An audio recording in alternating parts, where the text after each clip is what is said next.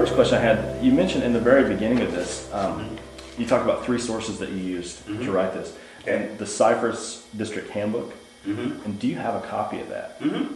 And can I use it? If you bring it back. I will. I could even make copies if that would work. Sure.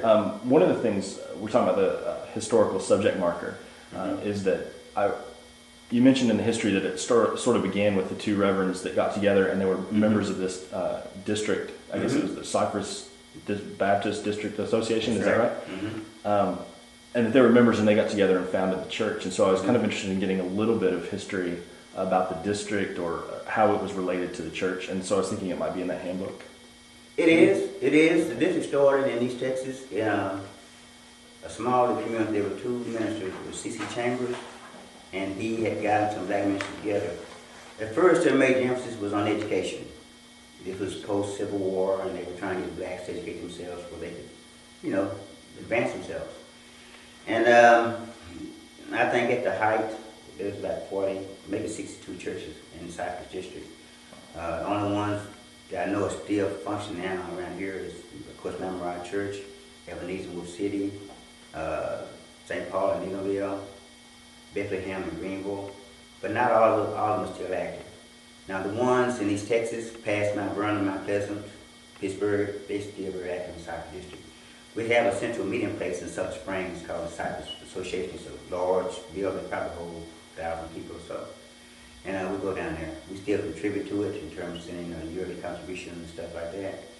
But it's not as it once was. It doesn't have the influence it once did. A lot of older ministers died, and the replacement didn't have the same zeal or enthusiasm as it did.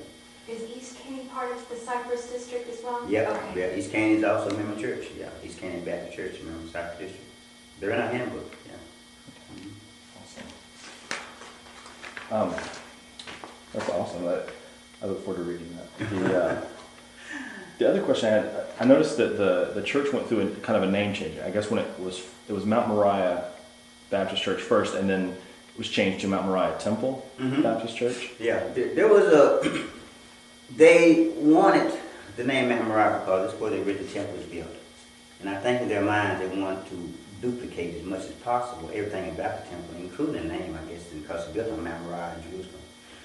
And there was some considerations. What are we going to name the church? Because at the time, people at that time believed the name indicated something. If you named the child this, it was indicating what it's going to be, whatever.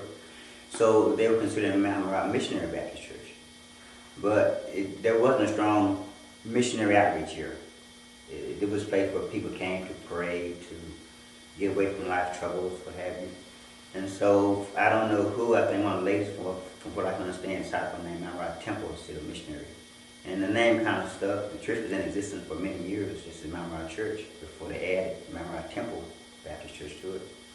Okay. So it kind of came that way. I think it's on our plaque out here on the building when it was added.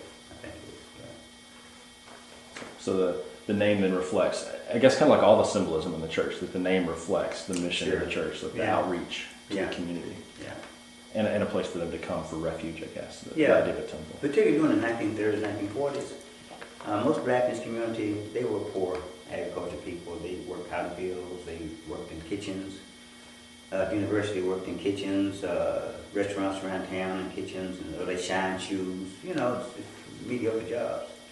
And they would come, to the church on Sunday because this was the only church here. The other church down the street kind of derived from this one. Members were dissatisfied with the present minister or whatever, so they go off and build their own church. This church has a bad history not being favorable to our ministers. They only stayed 2 years, maybe 3 at most. The second minister, J.J. Alexander, he had the longest tenure, 17 years. I remember reading that. And our present pastor, Dixon, 26 years. That's impressive. So, but before them, 2 or 3 years. That's what was that about? Is it? We had some strong deacons. All the deacons were Masons. It's been traditional in the church, all the deacons were Masons. And they were involved in community stuff. If somebody was doing something wrong. You saw that, didn't you? But they would get together, work out a solution for it, and deal with that.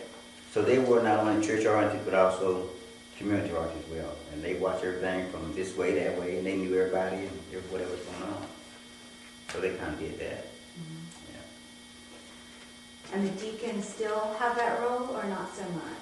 No, not so much now. We have one deacon who's a Mason, but he's not very active. And most of them who were that's on this wall out here, they're all deceased. And so now we don't have, I think just have one deacon, maybe 2 members, 3 members who are large Masons. But that's about it. It's not as it once was. Can you tell us some of your memories of going to church here as a child or a youngster? Yeah, across the street, my grandmother was I think she was secretary of the church. And so I'd rather go with my friend, play basketball on Sunday mornings, get up here and go to church. So she had my clothes starched and ironed and stuff. And my uncle was superintendent, so I had to go to Sunday school and church. Come back at 3 o'clock, more church. Come back at 6 o'clock, more church. All Sunday was church, no basketball game, no football game on TV, nothing. Sunday is for church, And this kind of stuck with me. And so it just kind of grew up like that from, I guess when I came to Texas, I was about 12, 13. And I lived with my grandparents, and they brought me here. My grandfather never did attend the church. He was kind of like, he believed in God, he just didn't believe in the people who were coming to church, Yeah, he was kind of skeptical. What were some of the big events in the church life at that time when you were a teenager? Oh, it was summer Congress, without a doubt. We had all the Cypress District churches would come together for a week, and it would be busloads and truckloads of people come here, maybe a couple hundred people in an old building, and we divide them off into classes according to age, and we'd have teaching, and they teach Baptist traditional doctrine, and then we come at 7 o'clock for a sermon, and then we go into the old cafeteria lunchroom. They have the sandwiches and cookies and stuff, and then we run outside and play a while, and come back in for closing prayer, and that was a big thing, man. Because Mt.Moriah was a flagship. It was one of the last churches in Cypress District, one of the bigger ones. So we were, although the church was small and not much bigger than the house. But when did those summer conferences start? Was that immediately after the church was built, or did it take? Was there a gap a few years before they started doing that? I think summer conference should probably begin. I really don't know. It probably happened all the time. Yeah. When the 2 ministers came here, Reverend Gilmore, he was a school teacher, and he had a farm in Wolf City. And to me, I don't know how he could have. I don't know, in school teaching that day. So anyway, he came here and he met different families to their homes and stuff. The Greers and Lindsay's and Cersei's. And he had met another minister, Reverend Riley, who was a missionary. He was from Greenville, his home was, but he had organized St. Paul Church in 1892 in Eatonville. So they knew him all over. He was an old man. They knew him all over. And so they kind of came together and they met people here and they put the resources together. Just kind of had this 2 buildings made out here to the north. For the old building was, and they met there for, I guess, a couple of years.